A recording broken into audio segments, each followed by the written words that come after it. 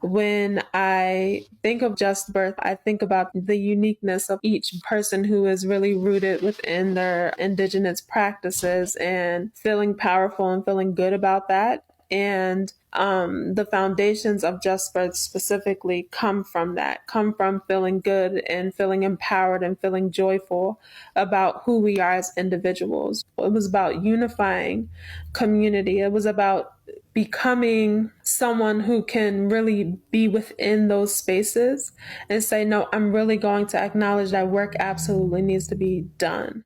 Like, oftentimes we have to stop and be like, can you hear the patient and actually sit down and listen and talk to her? Can we slow things down? And can you treat this person like a human being?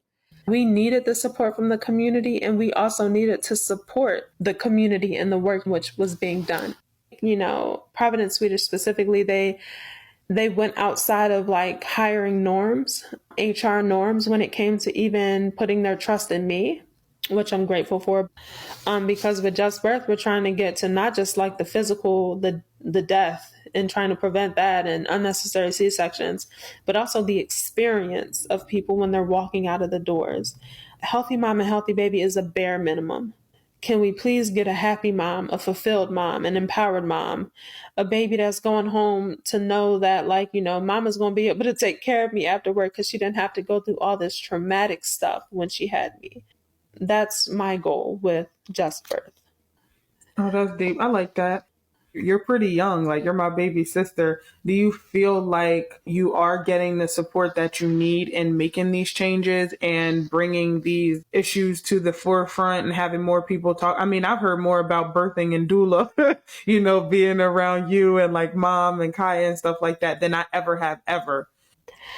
There is the side where I have to acknowledge that being within these systems, being able to sit and talk about racism, because the program itself has a lot to do with, like, you know, not just doula support, not just cultural navigation, not just birth and family education, but we also have a very big part where we're educating providers. And I'm having to have the conversations about racism with white folks, and I'm a Black woman. And so it's hard. And so I have to kind of balance out. I go back to Nigeria every year for that reason. It's like, it's relief, it's release, it's relax, it's everything for me, as well as, like, you know, all the work and stuff that we do ancestrally to heal those things within ourselves, doing that.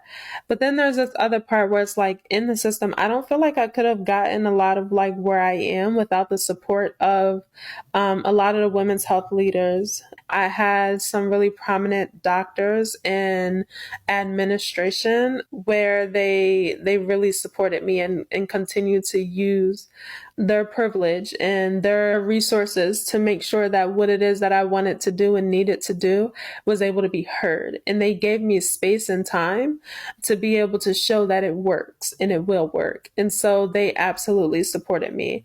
And on the day-to-day basis, it's about building community. And that's one of the things that I also want the doulas who I have a very large group of doulas in comparison to what we started with. It's over 25. And I try my best to be that person for them. And they also try their best to be that for me. But I think a lot of what I lean on is the other side of it that I guess is unseen, that's personal for me.